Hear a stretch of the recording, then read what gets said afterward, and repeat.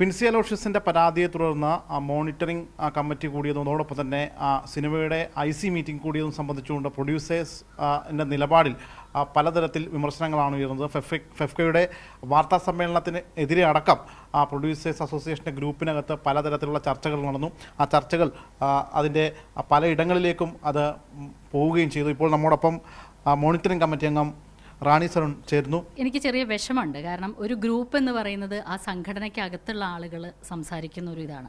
എന്ത് തന്നെ കാര്യത്തിൻ്റെ പുറത്തായാലും അതിൽ പറയുന്ന കാര്യം പുറത്തു വരിക എന്നത് പറയുന്നത് ഒരിക്കലും സ്വീകാര്യമായിട്ടുള്ളൊരു കാര്യമല്ല. കാറ്റിൽ പറത്തി എന്ന വാക്ക് ഞാൻ പറയാൻ കാര്യം, ഒരു ICയുടെ മൊഴിയെടുപ്പ് നടന്നുകൊണ്ടിരിക്കെ അതിൻ്റെ റിപ്പോർട്ട് നമ്മളിലേക്ക് വരാതെ നമ്മൾ അതുമായിട്ട് ബന്ധപ്പെട്ട ഒരു കാര്യങ്ങളും പുറത്തേക്ക് സംസാരിക്കരുത് എന്നാണ് നമ്മളൊക്കെ ഇതിനെ വെച്ച് മനസ്സിലാക്കിയിട്ടുള്ള ഒരു കാര്യം.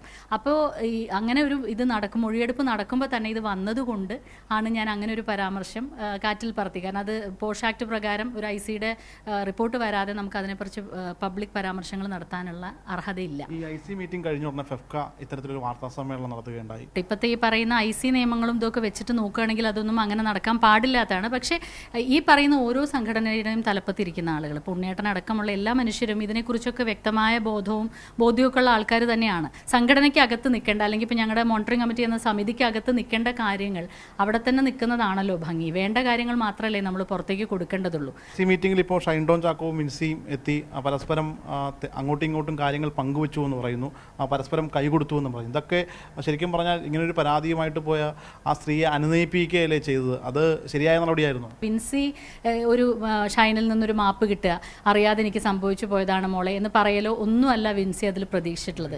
വിൻസി എന്ന വ്യക്തിയുടെ കാര്യവുമല്ല വിൻസി ഇതിൽ വിചാരിക്കുന്നത്. വിൻസി അന്നും പറഞ്ഞിട്ടുണ്ട്, ഇപ്പോഴും പറയുന്നൊരു കാര്യമാണ്, ഇനി ഞാൻ സിനിമയിൽ ഉണ്ടാവും എന്ന് എനിക്ക് വലിയ ഉറപ്പൊന്നുമില്ല. ഒരു പുതുമുഖ നടി കൂടി ഈ സിനിമയിൽ ഷൈനെതിരെ ഉന്നയിച്ചിട്ടുണ്ട്. സ്വാഭാവികമായിട്ടും ഷൈനെ ഇങ്ങനെ ഈ സിനിമയിൽ ഇങ്ങനെ നിലനിർത്താതെ എന്തുകൊണ്ടൊരു നടപടിയിലേക്ക് മറ്റ് സംഘടനകളൊന്നും കൃത്യമായ രീതിയിലേക്ക് കടക്കുന്നില്ല? പിന്നെ ഈ മാറ്റി നിർത്തുക എന്ന് പറയുന്നതുകൊണ്ട് നമ്മൾ ഒരാളെ മൊത്തമായിട്ട് ഇല്ലാതെ വാഷ് ഔട്ട് ചെയ്യുക എന്നല്ല നമ്മൾ ഉദ്ദേശിക്കുന്ന കാര്യം. നമ്മൾ ആഗ്രഹിക്കുന്നുണ്ട് ആസ് എ പേഴ്സൺ ആ പഴയ ഷൈനെ ഒന്ന് തിരിച്ചു കിട്ടിയെങ്കിൽ. കാരണം ഷൈന് ഒരുപാട് പൊട്ടൻഷ്യൽ ഉള്ള ഒരാളാണ്. അപ്പോൾ അതിനുള്ളൊരു സമയം അവർക്ക് കൊടുക്കണം എന്ന് തന്നെയാണ് ആഗ്രഹിക്കുന്നത്. സുജയുടെ ഒപ്പം ശ്യാമപ്രസാദ് ഉത്തമൻ, മാതൃഭൂമി ന്യൂസ്, കൊച്ചി.